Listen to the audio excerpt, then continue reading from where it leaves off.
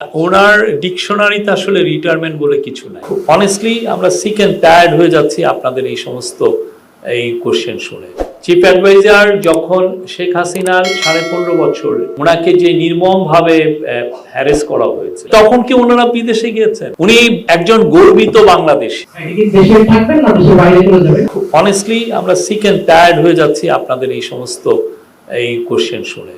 Chief adviser যখন শেখ হাসিনার 15.5 বছর ওনাকে যে নির্মম ভাবে হ্যারেস করা হয়েছে, তার গ্রামীণ ব্যাংকে উনি প্রতিষ্ঠিত প্রতিষ্ঠান, সেখান থেকে ওনাকে জোর করে সরিয়ে দেওয়া হয়েছে, তার নামে অপপ্রচার করা হয়েছে, তাকে শেষে এসে প্রায় 200টা কেস দেওয়া হয়েছে, তখন কি উনি বিদেশে গিয়েছেন?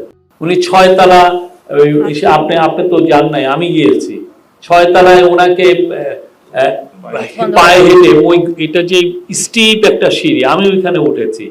ওনার যিনি লং টাইম কলিগ, এই যে মোহাম্মদ শাহজাহান সাহেব, উনি একদম অসুস্থ, ক্যান্সারের পেশেন্ট, তাকে চেয়ারে করে নিয়ে উপরে উঠানো হয়েছে। তো তখন কি ওনারা বিদেশে গিয়েছেন? উনি একজন গর্বিত বাংলাদেশী, খুবই প্রাউড বাংলাদেশী। যারা এগুলো প্রশ্ন করেন, প্রশ্ন করার আগে একটু ভেবে দেখেন আপনি কি প্রশ্নটা করছেন।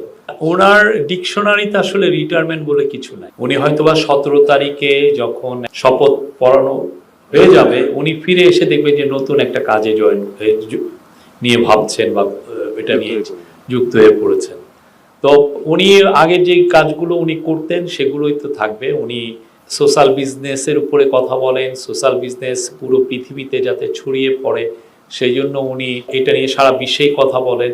উনি মাইক্রো ক্রেডিটের বলেন, তারপরে হচ্ছে তার 3.0 ভিশনের বিষয় আছে, সেগুলো নিয়ে কথা বলেন। এবং পুরো ওনার লাইফটা ডেডিকেটেড ছিল হচ্ছে পোভার্টিকে কিভাবে ইরাডিকেট করা যায়, সেই কাজটা উনি এখন পর্যন্ত করছেন, আগামী দিনগুলোতে উনি করবেন। এছাড়া ওনার এনভায়রনমেন্ট একটা বড় ইস্যু, সেই বিষয়ে যাতে নেট জিরো কার্বন এমিশন আমরা যেতে পারি, কেন পৃথিবীকে তো বাঁচাতে হবে।